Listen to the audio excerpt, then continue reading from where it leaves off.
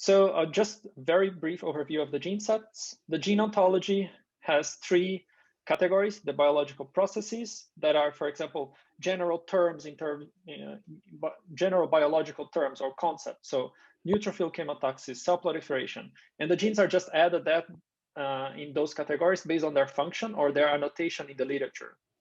So molecular function, so for example, acetylation, phosphorylation, if that's what you're interested, and that makes a lot of sense, especially for a single cell, because now you have the single cell resolution to make these statements, as well as cell compartment, if that is interesting to you. Yeah, and genes can belong to multiple terms. So usually you have like many of those terms are quite related. So for example, neutrophil chemotaxis, attraction of neutrophil, neutrophil movement, neutrophil something. So sometimes you have many repeated terms enriched for your pathway. KEGG, which is the Kyoto Ensemble of Genes and Genomes.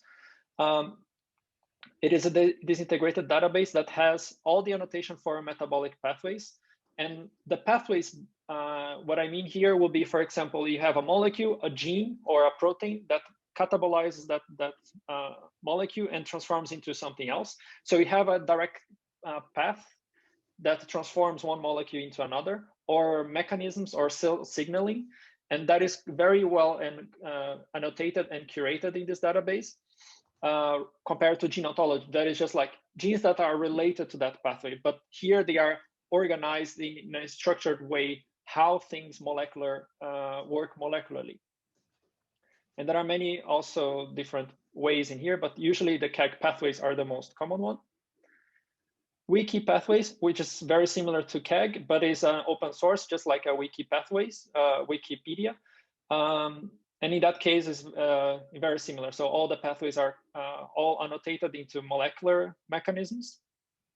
And it's one of the options that you can also look for. There is also Reactome. There are many other different ones. But one interesting, usually also for single cell, is the transcription factor, especially when you're doing trajectories, for example. You want to find when the transcription factor is activated or genes that are regulated by one specific transcription factor.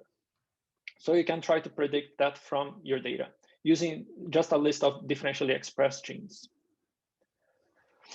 And another one is the Hallmark gene sets from the molecular signature database. And this Hallmark is basically a curated gene list, more specifically for gene set enrichment analysis that I'll talk in a couple of slides. So these are just different ways that you can analyze your data set, and the most common ones.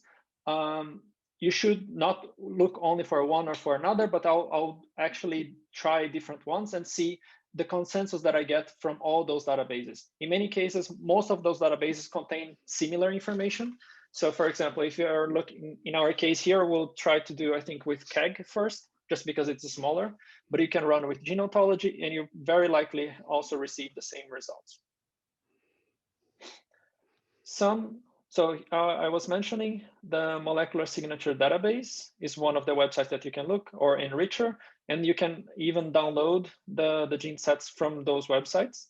And you have the links here for both of them. Or you can use some packages like in R or in Python that you just, which is an API that connects to the server and downloads the data set for you. But you can just go also and click on the links.